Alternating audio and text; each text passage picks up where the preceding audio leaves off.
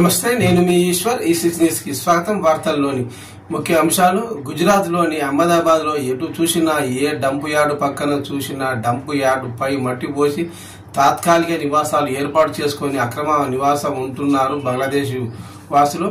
గుజరాత్ రాష్ట్ర ప్రభుత్వం అక్రమ వలసదారులపై ఉక్కుపాదం మోపడం ప్రారంభించేసరికి అహ్మదాబాద్, సూరత్, రాజ్కోట్, వడోదరా వంటి గుజరాత్ లోని చందోలా, లేక్ ప్రాంతాల్లో బంగ్లాదేశ్ నుంచి వచ్చిన వారు అక్రమంగా నివాసాలు ఏర్పాటు చేసుకుని ఉంటున్నారు.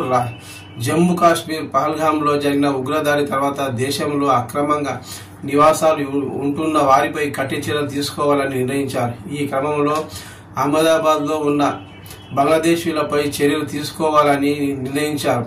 అహ్మదాబాద్ లో 890 మంది, సూరత్ లో 134 మంది, మొత్తం 1024 మంది అక్రమ బంగ్లాదేశీ వలసదారులను అదుపులోకి తీసుకున్నారు. గుజరాత్ రాష్ట్ర వ్యాప్తంగా 6500 మంది అనుమానిత బంగ్లాదేశీయులు ఉన్నట్లుగా అనుమానిస్తున్నారు. వీరిలో 450 మందిని గుర్తించారు.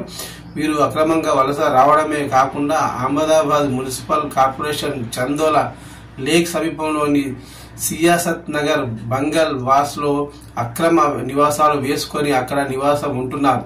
దీంతో అధికార వర్గాలు భారీ కూల్చివేతలు మొదలుపెట్టారు. 50 జేసీబీలు, 2000 మంది పోలీసులను సిబ్బందిని ఉంచి 50 డంపులతో అక్రమ నిర్మాణాలు కూల్చివేశారు. ఇంకా కొన్ని ప్రాంతాలను గుర్తించారు.